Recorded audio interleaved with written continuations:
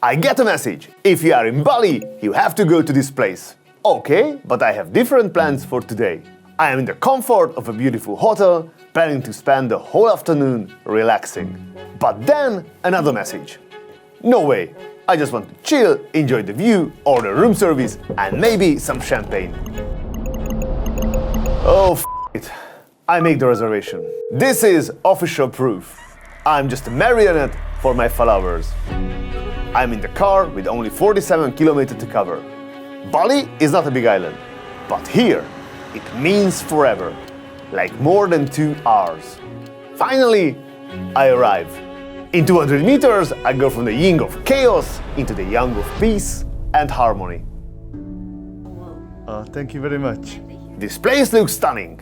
My hopes are rising and I'm no longer missing my hotel. I'm excited to eat. I've already prayed to make it here on time. And let's see, if it will become love, time to dive in. We are here at Locavore NXT.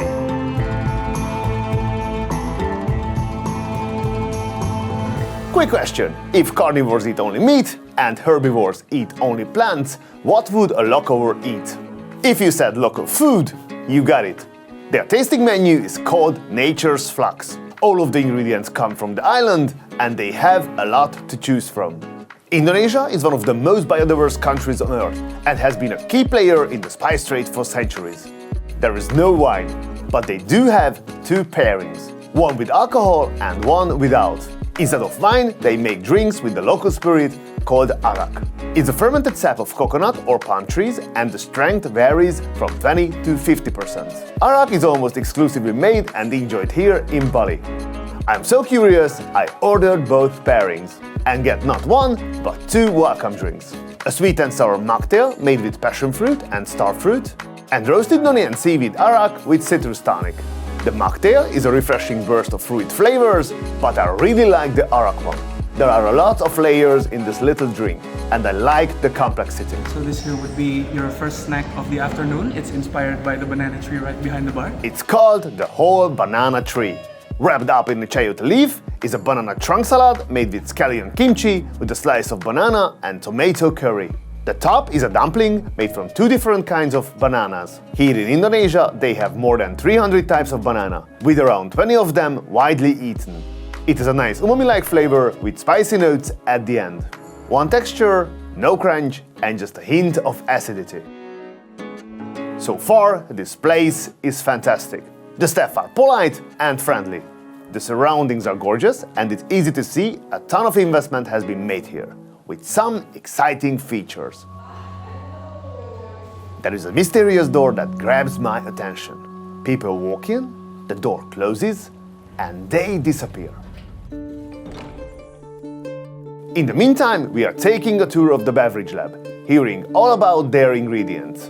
Enter our server Che to explain. This is the beverage lab. Just before service, we do all of our beverage prep here. So we have a full range of kombuchas, and also we have some duet wine, which is a part of our alcohol pairing. We do some homemade wines as well. And then we have over here some logu and dried herbs that we infuse with ingredients. I love it. Our second bite is a fresh take on the Indonesian street snack called cirang. It's called as bread as it gets. It starts with a fried dumpling made with tapioca flour. Here is elevated with a ragu made from a highly toxic fruit that contains cyanide. Before I start googling local hospitals, our server assures us the toxins are removed in the cooking process. It's topped with chili jam and chili flowers to give it a spicy kick. It has some magical flour on top, and the dumpling has a nice slow, chewy texture. I like this one. As always here in Bali, the closeness of nature is never far away. Sorry my friend, but these snacks are taken. Our time has come. We finally get the chance to play some Indiana Jones. We get to see what's behind the door. This place is what we call the root system, and as the name implies, it's actually somewhere down there. It looks like we are going to another dimension. Follow me please, welcome to the root system. The earthy smell punches you right in the nose. But if you walk towards where the red light is shining, you're gonna see something that's not very common in Indonesian restaurants, or any other restaurants for that matter. Because if you see for yourself, we have our very own mushroom cherry food. Before we know it, it turns into a natural history museum, where we can deconstruct the dishes of the restaurant into their ingredients. To make this 3D effect, they have taken dozens of pictures of each item and put them together to make this interactive biolibrary. Next, we play a little game called Find Your Next Bite. One bite is right inside. If you spotted them, you can tell me, I'm gonna open the door for you. Strange indeed. They look straight out of a Super Mario game. On the bottom is fried bread with a mushroom and seaweed tartare. The top is spherified soy milk, and leaves from a local plant are used for the green dots. With it is something they call ugly mushroom tea that comes in a cup to match. It's made with the trimmings collected in the kitchen from other courses, boiled with coconut water, fermented mushroom and spices. This is f***ing amazing. Nice umami, nice, really beautiful acidity. Some little touch of spices. Love it so far. The bite was nice, but the bread was so chewy, it distracted my tongue from the other ingredients. The tea, however, was on another level. This blew me away. We are resurfaced in the main room containing the main kitchen and dining area. Going from the cool, quiet basement to this grand place filled me with energy. Right away, we are served the next drinks from the pairings. The first is a famous herbal drink with tamarind, turmeric and star anise. The second is a drink using the fermented skin of cafe beans. We also get a sneak peek at the courses coming up. The first is fermented tomatoes with a tamarind-based sauce with burnt chili. On top is fried seaweed with a little dusting made from burnt shallot. Up until now, it's been a surprising experience, but this dish rocked me to my core. The acidity of the tomato, the sauce, the spices with a hint of jasmine sweetness, this was unbelievably good. I can still feel that peppery sensation on my tongue. I loved it so much.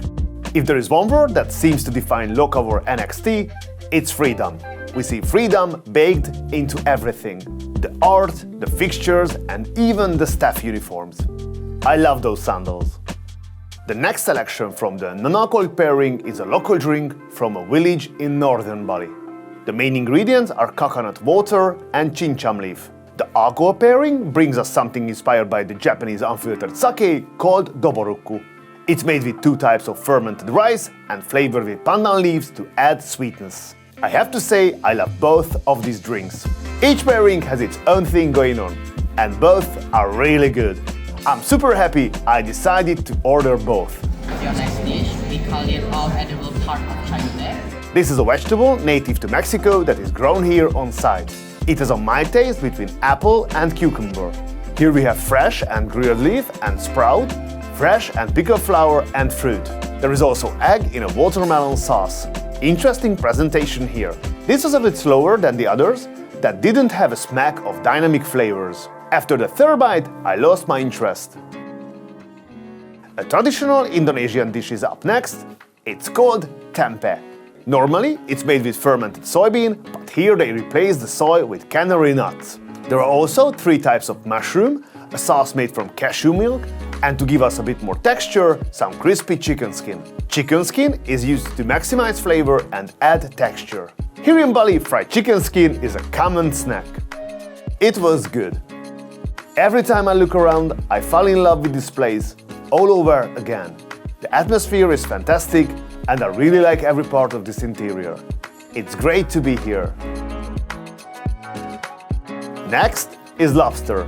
It's with pineapple, kimchi, lemongrass, coconut and basil. The sauce is made from the shell of the lobster.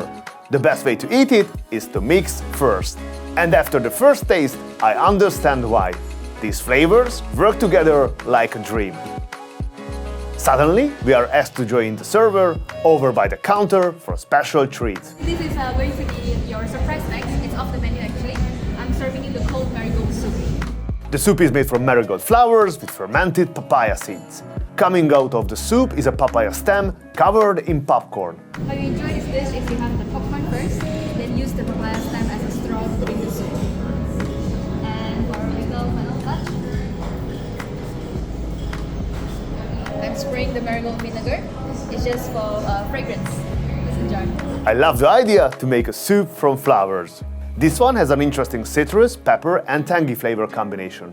For me, this brings back memories of watching a movie in the cinema for the first time, eating popcorn, drinking a liquid and losing myself in the action. We have great news for you. When we reach 500,000 subscribers, we will have another insane giveaway. We are still a little far from there, but you all keep saying that the channel deserves more subscribers. You said it, not me. But the truth is, 66% of you watch our videos without subscribing. So if you guys hit that subscribe button, we can reach that goal much faster. Let's get there together. Details coming soon. Our next course is duck meatballs. Made with grilled duck leg and spices, with Balinese mole and green papaya leaf salad. Served with a duck broth.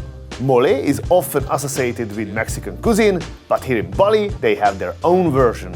This one is a blend of 39 local ingredients, including shallots, garlic, turmeric and ginger. The meatball was exceptional. Real deep flavors, including sweet and sour and even a hint of cocoa. It had everything, including a nice crunch. The mole was chocolatey, deep, sweet, and really hit that umami flavor. The papaya salad was acidic and bitter. Combining these flavors became like a game for me. The next is blue swimmer crab, grilled with poached daikon radish on the bottom. On top are lime, turmeric, and sweet turnip foams. Nice presentation here with fresh citrus flavors. The squid was beautifully prepared as well. In this moment, I'm super happy with the menu. Have I mentioned the friendliness of the staff? At least 5 times they asked me if our table was okay and if we wanted to change. I always said no, until now. The sun was shining on top of us, so we relocated here, with the new vantage point for the last courses of the menu. I'm waiting to serve my favorite dish.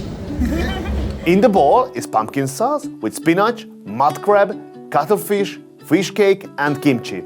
But that's not all. We still have the main event. Sticky rice, cooked in crab stock and Balinese spices. So the way you eat, just take some of the rice and put on your bowl and make sure when you eat rice you get all of the elements and have the balanced flavor. One of the challenges in fine dining is finding clever ways to elevate traditional dishes. I love the idea of keeping the tradition of the rice while having the creative element on the side. We get the best of both worlds. And it's delicious as well. It's time that we meet the man behind the stove. His name is Chef Ray and he is one of the 2 owner chefs here. The other is a Dutchman named Chef Ilke. They were colleagues at a restaurant in Jakarta, got along well and moved to Bali to open their own place. Locavore opened in 2013 and soon was winning awards, including Best Restaurant in Indonesia and making it onto Asia's 50 Best list. With the proof of concept in the bag, the guy saw the potential for something even bigger, with more focus on the dining experience and the space for real research and development. The result is Locavore NXT, which opened in December 2023. As the website states, Locavore is more than just a restaurant. It's a localized rebellion, a hyper-local restaurant hub inspired by nature. Chef Ray is here to present our last savory course. It's aged duck grilled on the barbecue with rosala sauce and grilled fiddleheads. The duck is ultra juicy and cooked to perfection. With the savory courses under our belt, we move on to the sweet courses, starting with a palate cleanser in the form of oolong tea and served with pickled tea leaves. We are invited to drink the tea as well as try the tea leaves by themselves. Lauren from the pastry team presents our pre-dessert. It's called tape and tea. Tape is an Indonesian fermentation technique. They use it to ferment sweet potatoes and with it make ice cream. It's mixed with masala tea and lime granita, local berries and kombucha scoby. It's topped with a foam made from oolong tea. To pump up the acidity, we can add some of the pickled tea leaves. Very creative. Our last course is banana and chocolate, served with andaliman pepper ice cream topped with banana water. Before I know it, I have a beautiful coffee. I mean a truly amazing coffee. And a couple more bites in front of me. Starting with seasonal fruit and watermelon ice cream with tamarind jam. And a miso wafer with marigold and roasted canary nuts. To take with us some homemade chocolates. My flight is leaving soon, so I have no choice but to ask for the bill and get back on the busy road. Take a quick guess how much it was for two.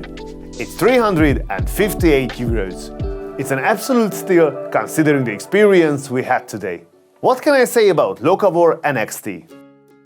Well, this was a real surprise for me. It was a wonderful experience, a unique take on fine dining in this beautiful corner of the world. Thank you to everyone for the recommendation. This restaurant has also shown that gastronomy has 1,000 faces. And it's wonderful how the world can still show me so much new beauty. I feel so lucky to just be here. The energy they create inside is fantastic and had me in a state of total peace. The perfect state of mind to enjoy wonderful and creative cooking. But it wasn't just the food that had me smiling. I fell in love with both of the drink pairings as well. If you get the chance, order both. The architecture is mind-blowing. One of the most beautiful, most unique restaurants I have ever seen. The staff here are amazing. Super friendly, super kind, super professional. They brought in talent from around the world, including this man, Chef Alonso, who cooked at Noma before coming to Bali to lead the R&D here at Locavore. As I watched him work, I thought that he could go far in the world of gastronomy. He worked with great focus and precision. The Michelin Guide does not operate in Indonesia, so they don't have any stars yet. If you were giving out Michelin stars to Locavore NXT, based on what you saw today, how many would you give them? Let us know in the comments. And that does it for this episode. Thank you for joining me. If you like this video, hit subscribe. See you next time. You can call me stupid. Yes, you can call me sheep.